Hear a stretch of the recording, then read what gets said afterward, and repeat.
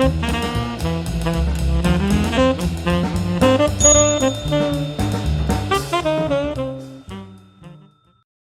everybody, my name's Paul Murphy and I've got a passion for hats. So we just had another parcel turned up today. It's quite a nice box and I'm expecting a classic hat. So it may be a Lock&Co, it may be another brand, and let's open it up and see. Be very careful when you're using a blade. Always lift up the piece of cardboard that you open up so you can protect whatever's inside. Okay, so there we go. Right. So we've got some nice packaging here. Somebody's taken the time out to protect the hat. Always nice to see. Right, there we go. Now, just pop that down. We've got a nice bit of bubble wrap. So let's just slip that carefully. There we go. On this side. Okay, and that should unravel with any luck. Let's just pull the hat out from inside, shall we? Okay, so this is what I thought was going to be a Homburg.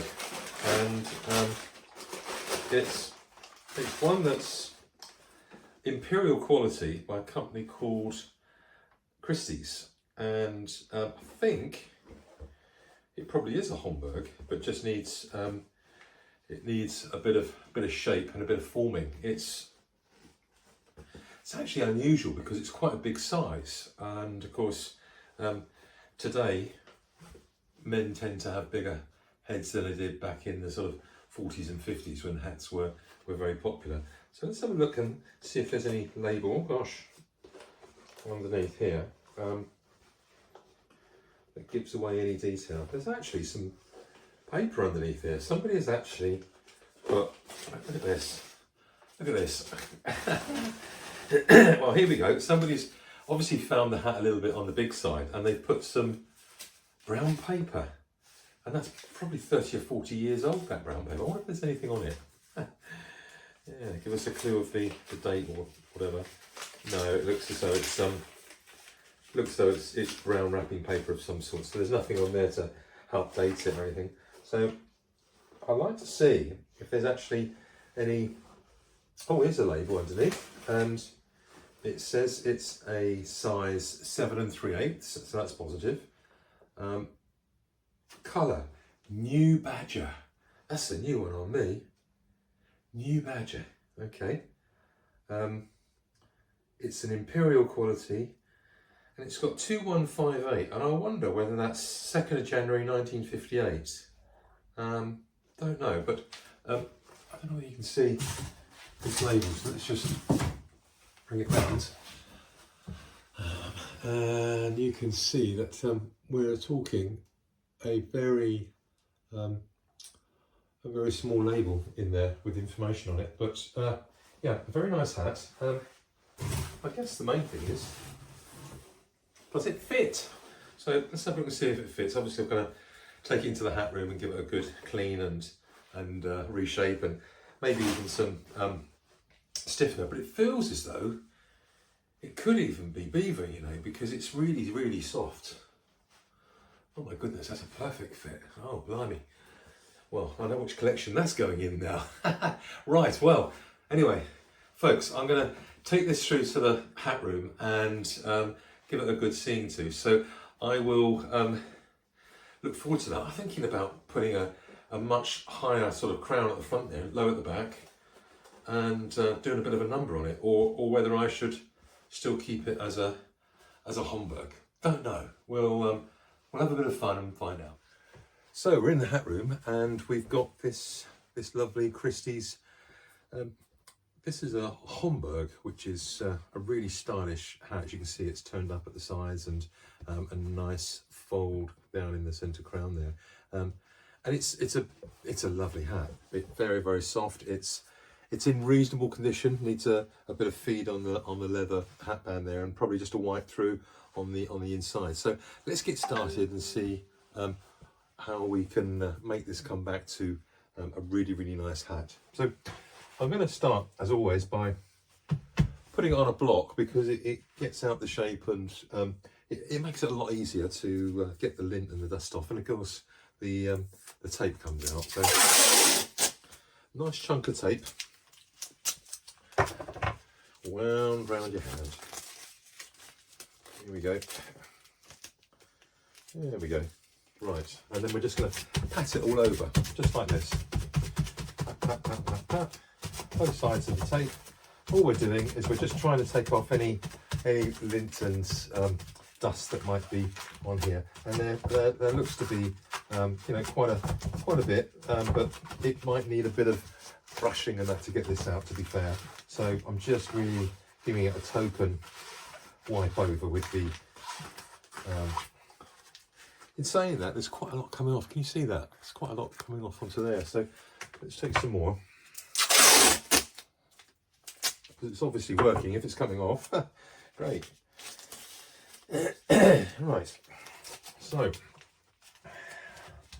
let's turn it up the other way, and now we're going to go around the actual brim of the hat and take some out there.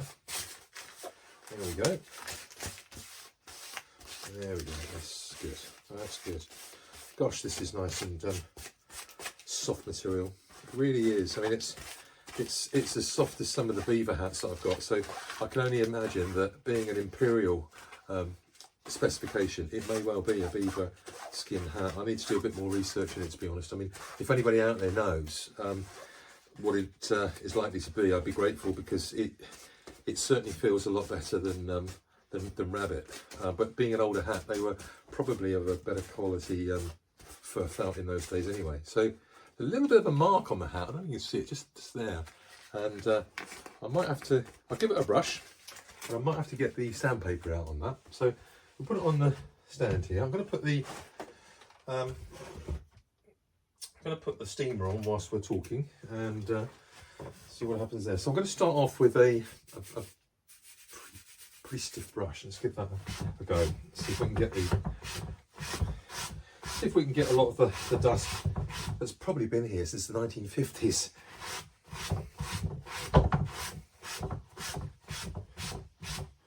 This is one of those hats that it's probably been bought by a bank manager or somebody in a senior sort of white collar job, and you think, gosh, if this hat could talk, couldn't it tell you a few stories? I'm sure.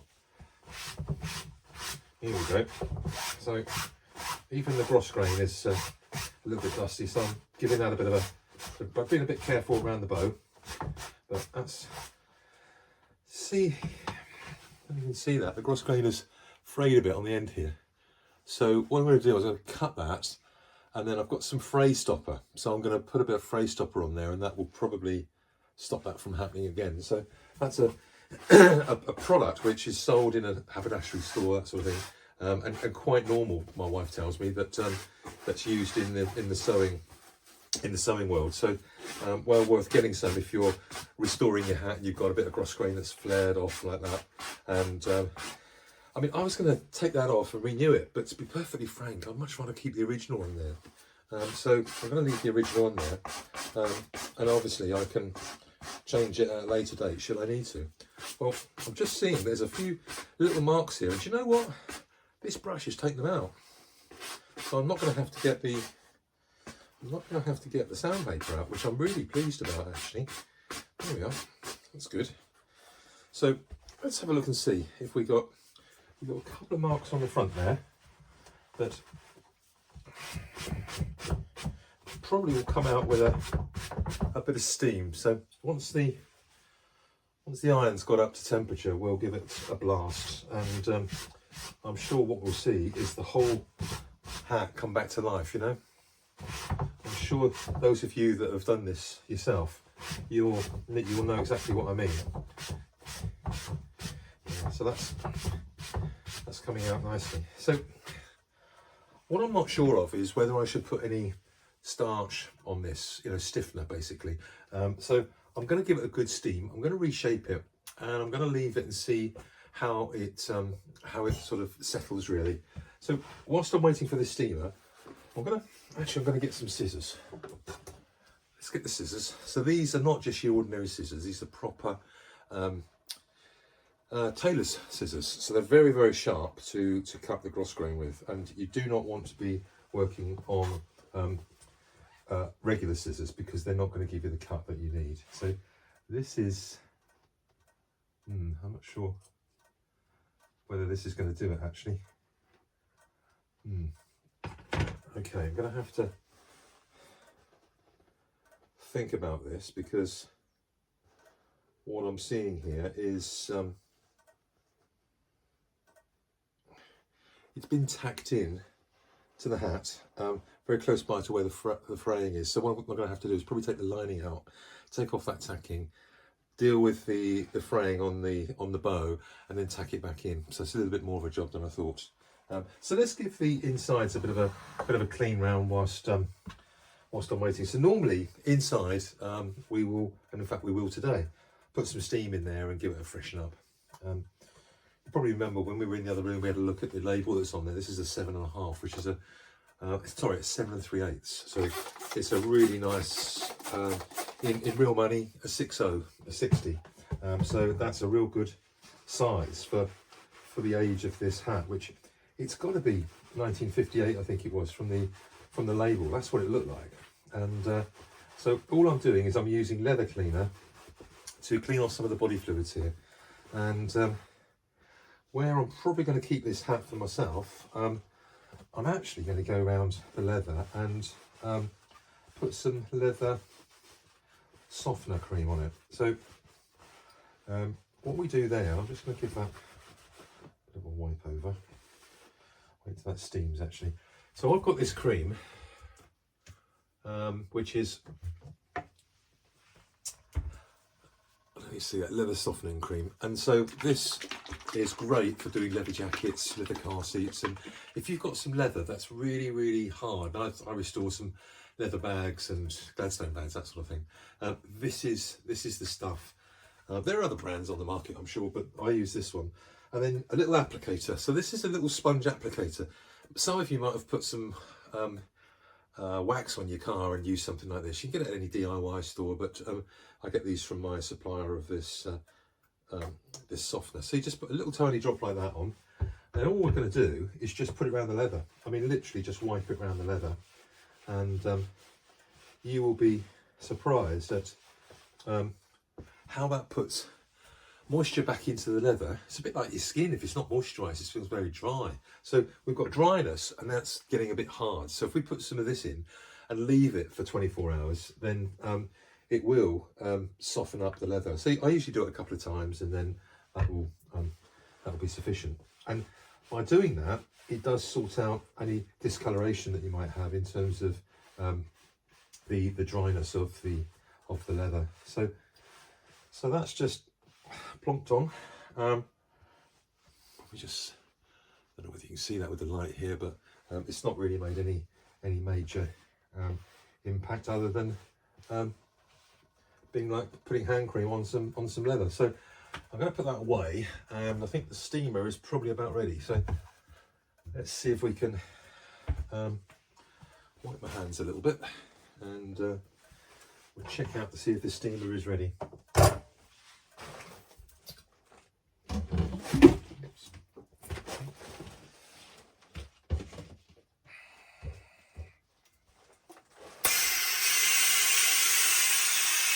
Yep, we've got some good steam. Okay, so let's start, put some steam around.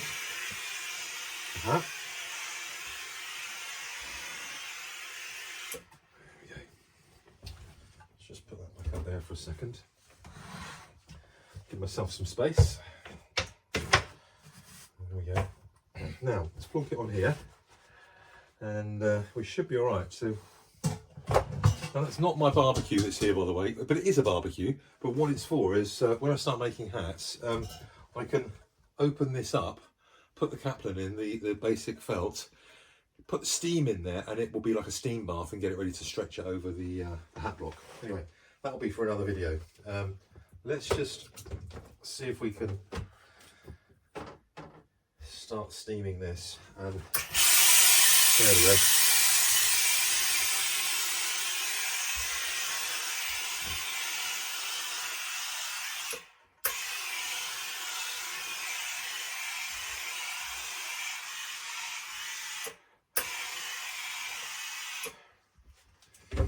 So there we go. Let's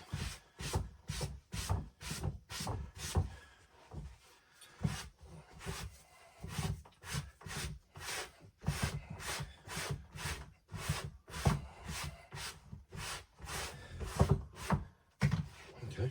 So this is coming back to a very nice shape, actually.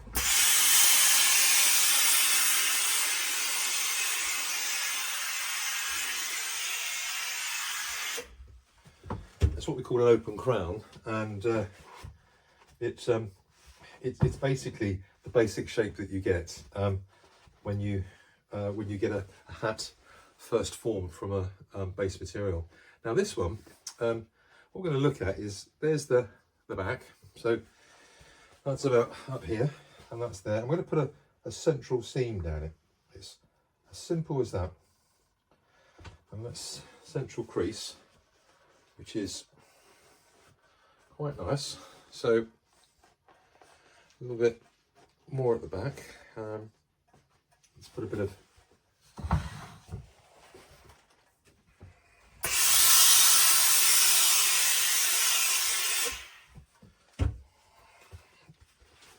so there's not much in the way of stiffener left in this hat, given the age that it is, and therefore it may well need a little bit of freshening up with some stiffener. But look at that, that's already come up. I'm just patting it there just to give it a little bit of, there's a couple of little lines there that I wanted to get out rather than leave in. I think that looks super. It's got a real sheen to it, and very much like a beaver fur would. You know, it's got a little bit of a length of the fur felt in it. And let's try it on. So I think that's quite something. Now, whether or not I've got it right at the front there, it looks as though the front has been down a little bit more like that in the past. So let's see what that looks like. Yeah, I mean, I think that's really quite good. Okay, so that's an Imperial quality Christie's of London hat from the 1950s. It's a Homburg. It's very, very likely to be made of beaver fur felt, but if at the very least a very, very good rabbit fur felt, maybe even Natura, but it's just very nice. And the satin that's around the edge, sometimes, you know, you find these are frayed, and that's really a shame, but this one is in superb condition. So I can only believe that the hat has been boxed and just not worn over the years that it's been in existence. So just looking at the measurements of the hat, we've got a crown at the front here, which is 12 centimeters, and at the back 11 centimeters, so slightly going down from front to back. The actual brim width is 7 centimeters when you squash it down. The gros grain is a whopping 50 millimeters, 50 millimeters. That's really, really quite a wide gros grain. In fact, most of the widest that I've got in stock at the moment is around 38. So 50 really does date back to the old 40s, 50s, and I guess early 60s, but 40s and 50s mainly. Yeah, beautiful. If you've got a passion for hats, keep watching the channel. Thank you very much. Cheers. Bye.